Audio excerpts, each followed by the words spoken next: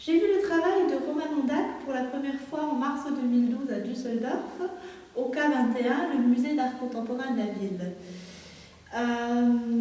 La première chose que j'ai vue dans l'exposition, c'était un arbre qu'on ne verra jamais que de loin.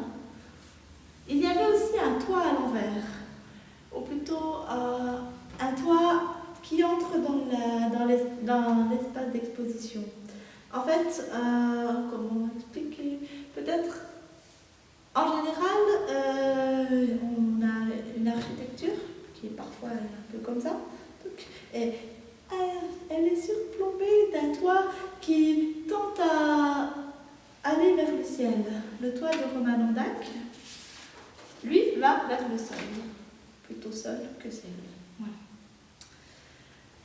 Il y avait aussi un événement que Roman Ondak a organisé en 2008 au Panama. En fait, l'idée c'était de réunir des gens, à la fois des gens des locaux et à la fois des gens d'extérieur, des Européens par exemple, des gens qui s'intéressent à son travail et qui viennent pour l'occasion, qui vont au Panama pour l'occasion. Et l'idée c'était de lancer des pierres, de se mettre d'un côté d'une rive du fleuve et de lancer des pierres de l'autre côté du fleuve. C'est un immense travail parce que le fleuve est très très très très large et du coup il a imaginé que peut-être par ricochet, et il a analysé quelle sorte de ricochet il pourrait y avoir, peut-être par ricochet c'était possible d'atteindre l'autre rive. J'ai beaucoup aimé ce travail. Et puis par hasard, je suis tombée encore sur son travail à Berlin, à la galerie Guggenheim, ainsi qu'à la Documenta à Kassel. En août, j'ai décidé de lui écrire. Pour moi, c'était un geste naturel. Je veux souvent écrire aux artistes dont j'aime le travail lorsque je le peux. Mais cette fois, je n'avais pas son adresse. Du coup, j'ai envoyé une lettre très très simple, accompagnée d'une histoire qui m'est arrivée dans son exposition. Voilà. Et j'ai envoyé tout ça à la Joden Gallery, la galerie qui le représente à Berlin. Voilà. J'étais très contente. J'avais envoyé ma lettre, j'avais dit ce que je voulais et tout allait bien. Mais peu à peu, l'idée m'est venue que je ne savais pas vraiment s'il avait reçu cette lettre. Parce que lui, bien sûr, ne m'a pas répondu, mais la galerie non plus. Et du coup, j'avais de nouvelles de personnes. Il y avait trop d'incertitudes. Je sais pas. Je trouve qu'il y a quelque chose de trop frustrant dans le fait d'envoyer une bouteille à la mer comme ça. Du coup, peu à peu, l'idée m'est venue de trouver son adresse. Alors, je ne partais pas de rien. Je savais que Roman Ondak est né en 1966 en Slovaquie et qu'il vit et travaille actuellement à Berlin et à Bratislava. Et puis j'avais un indice menteur. J'avoue que cet indice menteur m'a beaucoup incité à continuer ma recherche de cette adresse. En fait, pour cet événement qu'il a organisé au Panama, dont je viens de vous parler, Roman Ondak s'était fait envoyer des cartes postales à une fausse adresse qu'il a créée pour l'occasion à Bratislava. Panamska 9, 8208 Bratislava. Et donc, je sais pas, je me trouvais dans quelque chose, un tourbillon d'illusions qui me plaisait beaucoup et qui me donnait vraiment envie de chercher. Et je sais pas, je regardais son travail comme ça, oui, je regardais son travail et je me sentais très proche, mais à la fois, je savais pas du tout où il était. Et puis quand même, il y avait aussi cette sorte de... C'était une illustration dans un livre que je crois que non, c'était pas un livre. Qu'est-ce que c'était? Ah oui, c'était dans le magazine de la Documenta. Il y avait une illustration sur laquelle Romain Mondac posait dans son atelier. Du coup, je voyais Romain Mondac et puis je voyais plein de petits détails de son atelier, un petit peu flou derrière lui. Et j'avais l'impression d'être très proche. Je me disais oui, il est là. Mais je ne savais pas où c'était là. Alors voilà. Du coup, j'ai décidé d'épuiser toutes les possibilités. J'ai envoyé à toutes les galeries qui le représentent en Europe, qui le représentent en fait, la Tibiadensi, à Paris, j'ai envoyé à la galerie Martiniana, à Vienne, et puis j'ai trouvé un annuaire slovaque en ligne, alors j'ai cherché Romain Mondac dedans. Et il y avait un Romain Mondac qui vit près de Bratislava. Et puis il a un site internet. Alors j'ai regardé ce que c'est. Et en fait, c'est un ferronnier qui montre sur son site. Je sais pas, son site c'est un peu comme un catalogue en ligne. Et il montre un peu ce qu'il peut faire. Et je sais pas, mais il y avait des choses. Ça ressemblait beaucoup au travail de Romain Mondac. Par exemple, il y avait des portails, il y avait des serrures. Vraiment, il y avait des choses très proches. Mais quand même, je lui ai envoyé ma lettre parce que, après tout, c'était Romain Mondac. Après ça, j'ai mis une petite annonce sur mon Facebook, ainsi que sur le Facebook de certains de mes amis.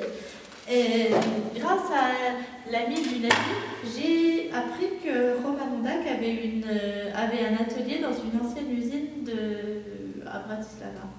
Du coup, j'ai cherché un peu, et puis je suis tombée sur cette usine, la Cernova Factory à Bratislava. Et c'est une ancienne usine qui abrite maintenant plein d'ateliers d'artistes, d'architectes et de designers. Il n'y avait pas Romain Mondac. Mais quand même, c'était un sacré bond en avant. Je sais pas. Après, quelques temps sont passés, je ne savais plus vraiment quoi faire. Parce qu'après tout, j'avais tout essayé. J'avais plus beaucoup de possibilités. Et à ce moment-là, j'ai pensé que peut-être j'aurais besoin d'aller taper à toutes les portes de Bratislava et je n'irai pas me trouver. Et puis, il faut savoir qu'à ce moment-là, je faisais un stage à côté de Düsseldorf et du coup, j'ai eu un peu de chance et en fait, le curateur de l'exposition qu'il avait fait à Düsseldorf, l'exposition que j'avais vue au printemps précédent, le curateur est venu dans le centre d'art dans lequel je faisais mon stage et après quelques petites recherches, j'ai vu que c'était lui. Et du coup, je lui ai demandé son adresse. Il m'a dit qu'il pouvait faire parvenir ma lettre. Alors, je lui ai donné quand même mes coordonnées, peut-être pour une collaboration future. Et puis voilà. Et le lendemain matin, j'ai reçu ce mail de ce curateur m'indiquant l'adresse de Romain Mondac, Parikova 9, 82 108, Bratislava, Slovaquie. Et voilà.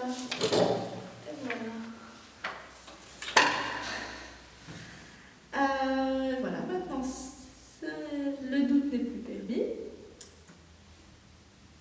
Romain Mondac habite ici, exactement ici. Et puis voilà, ensuite je suis revenue à Besançon et je me suis dit que j'allais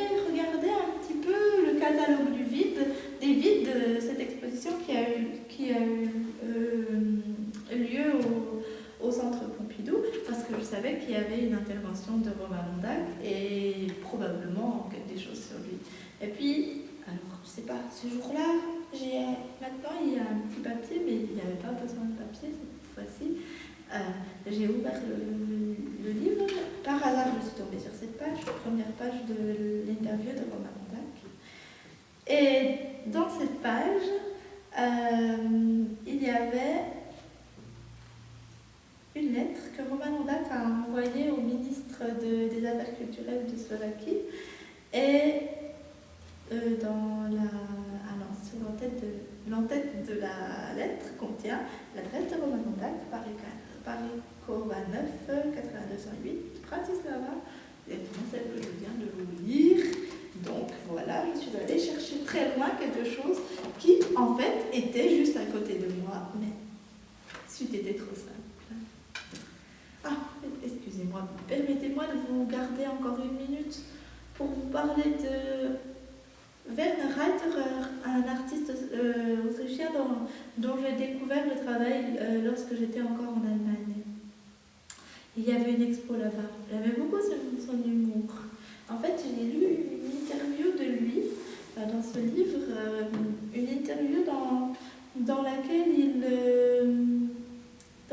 il dit qu'il donne une très bonne définition de qu'est-ce qu'une blague. Je pense que c'est vraiment une bonne définition.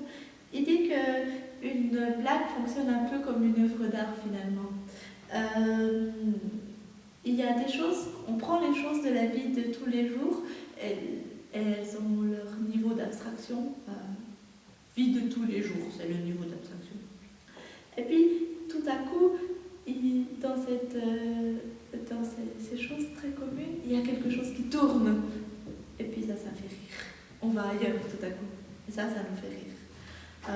Peut-être, je traduis pas très bien, mais je trouve que ça, c'était vraiment une bonne définition de la blague. Donc, dans cette interview, il avoue aussi aimer beaucoup les blagues, être un grand collectionneur. Il dit qu'il ne se souvient pas des blagues et puis du coup, il les garde, il les écrit pour pouvoir s'en souvenir. Et moi, du coup, j'avais son adresse par mon musée et du coup, je lui ai envoyé, j'ai traduit une de mes blagues préférées, puis je lui ai envoyé. Ma blague, c'était... Alors, en fait, ma blague, c'est un couple qui se dispute, et comme il arrive souvent, quand on se dispute, on se fait un peu la gueule pendant quelques jours, on ne parle pas, et c'est un peu bête, c'est ce genre de situation, c'est silence radio. Et puis, donc ça dure quelques jours, et puis quelques jours plus tard, le type, il doit prendre un avion pour aller...